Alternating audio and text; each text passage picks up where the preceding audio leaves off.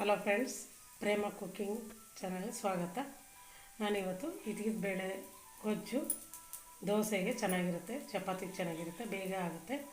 ಒಂದು 5-10 ನಿಮಿಷದಲ್ಲೆಲ್ಲ ಆಗುತ್ತೆ. ಮಾಡೋಣ ಬನ್ನಿ. ಏನೇನು ಇಂಗ್ರೀಡಿಯೆಂಟ್ಸ್ ಅಂತ ಹೇಳ್ಕೊಡ್ತೀನಿ. ಬೇಕಾಗಿರೋ ಸಾಮಗ್ರಿಗಳು: ಚಿತ್ತಗವರೆಕಾಳು 1 ಬಟ್ಲು, ಒಂದು medium size tomato, medium size ಈರುಳ್ಳಿ, ಸ್ವಲ್ಪ ಕಾಯಿ ತುರಿ, ಸ್ವಲ್ಪ ಚಕ್ಕೆ ಲವಂಗ, ಸ್ವಲ್ಪ ಈರುಳ್ಳಿ ಒಗ್ಗರಣೆಗೆ. ಇಷ್ಟೇ. ಇವಾಗ ಇದನ್ನೆಲ್ಲ ರುಬ್ಕೊಳ್ಳೋಣ. ಒಂದು ಪಾತ್ರೆ ಇಡೋಣ. ಅದಕ್ಕೆ ಸ್ವಲ್ಪ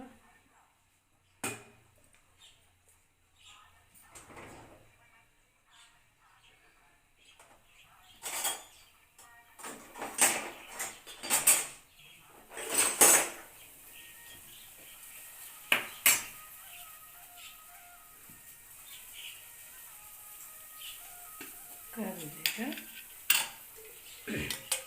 ಸ್ವಲ್ಪ ಎಣ್ಣೆ ಹಾಕ್ತೀನಿ. ಎಣ್ಣೆ ನಾನು ಅಡುಗೆಗೆ ಸ್ವಲ್ಪ ಕಮ್ಮಿನೇ ಯೂಸ್ ಮಾಡ್ತೀನಿ,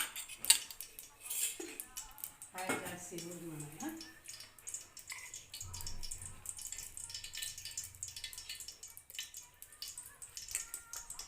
ಇದಕ್ಕೆ ಒಗ್ಗರಣೆಗೆ ಬರೀ ಈರುಳ್ಳಿ ಮಾತ್ರ ಹಾಕಬೇಕು. ಎಣ್ಣೆ, ಈರುಳ್ಳಿ,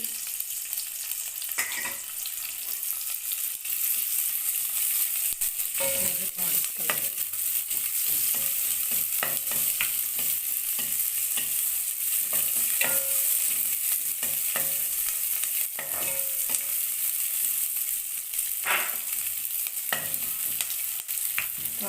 ಬಾಡಿಗೆ ಈರುಳ್ಳಿ ಸ್ವಲ್ಪ ಹಿಂಗಾಗಬೇಕು. ಹಿಂಗು ಯಾಕೆ ಹಾಕ್ತೀನಿ ಅಂದರೆ ತುಂಬ ಸಿಕ್ಕಾಪಟ್ಟೆ ಸೀತ ಸೇರ್ಕೊಳ್ಳಿ. ಇದಕ್ಕೆ ಹಿಂಗೆ ಹಾಕ್ತೀನಿ.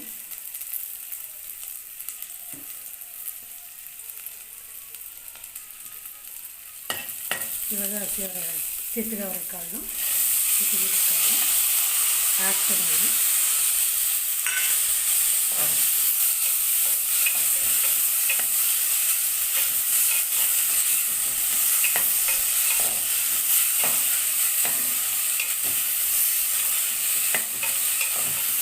ಬೇಳೆ ಕಿತ್ಗಿಟ್ಕೊಂಡಿದ್ದೀರಲ್ಲ, ಅದು ಚಿತ್ತಗವರೆಕಾಳು ಹಾಕ್ತಿದ್ದೀನಿ.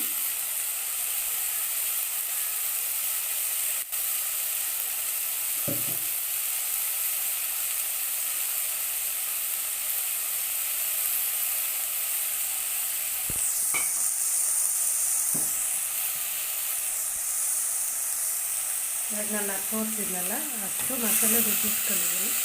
ಅದನ್ನು ಇಲ್ಲಿಗೆ ಆ್ಯಡ್ ಮಾಡ್ತಾಯಿದ್ದೀನಿ. ಬೇಗ ಆಫೀಸ್ಗೆ ಹೋಗೋರಿಗೆ ಬೇಗ ಅನುಕೂಲ ಆಗುತ್ತೆ, ಟೈಮ್ ಸೇವ್ ಆಗುತ್ತೆ.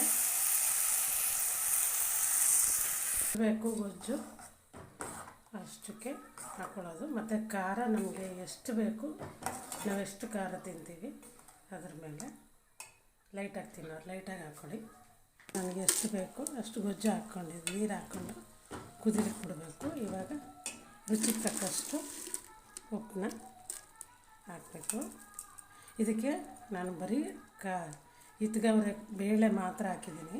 ತರಕಾರಿ ಬೇಕಾದರೆ ಹಾಕೋಬೋದು. ತರಕಾರಿ, ಬದನೆಕಾಯಿ, ಆಲೂಗಡ್ಡೆ ಹಾಕ್ಕೊಂಡ್ರೆ ಚೆನ್ನಾಗಿರುತ್ತೆ. ಏನಪ್ಪ ಅಂದರೆ ಬೇಗ ಆಗಿಬಿಡುತ್ತೆ ಇದು. ಕುದಿ ಬಂದು ಸ್ವಲ್ಪ ಕಾಳೆಲ್ಲ ಬೆಂದರೆ ಗೊಜ್ಜು ಆಲ್ಮೋಸ್ಟ್ ಆಯಿತು. ಇದಕ್ಕೆ ದೋಸೆ, ಚಪಾತಿ ಎಲ್ಲ ಮಾಡಿಕೊಂಡು ತಿನ್ಬೋದು. ಸ್ವಲ್ಪ ಕೊತ್ತಂಬರಿ ಸೊಪ್ಪು ಹಾಕೊಳ್ಳೋಣ.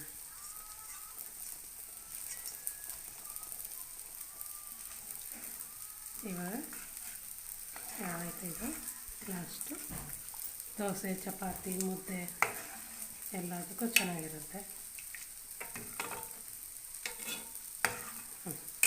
Stove off friends.